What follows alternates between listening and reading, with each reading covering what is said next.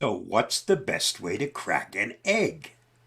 There's nothing worse than when you crack an egg and the shell gets caught in your mixture.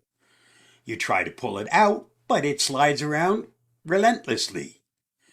The next time you crack an egg, break it on a flat surface to keep the membrane intact. My thanks to Kelsey Opel for her article on this topic, which inspired this video. You can read her article, just follow the link listed.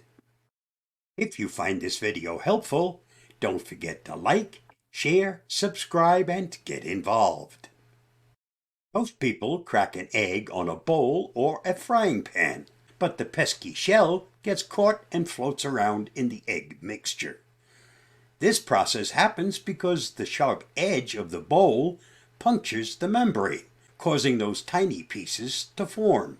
By cracking the shell on a separate flat surface, the membrane better stays intact and keeps the smaller pieces sticking together.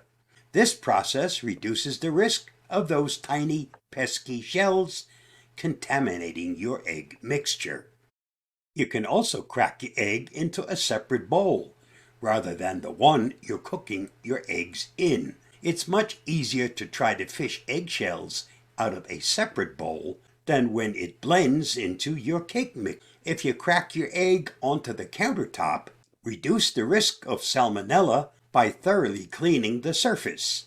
This method is a much quicker, easier way to crack an egg. While shopping for eggs, have you ever wondered if brown eggs are a better quality than white eggs? As it turns out, brown eggs, white eggs aren't really that different, other than the price tag.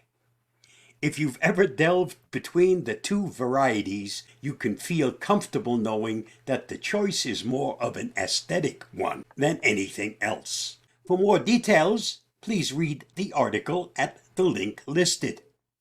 Stay safe, stay secure, and I'll see you again soon. Just don't get caught with egg on your face.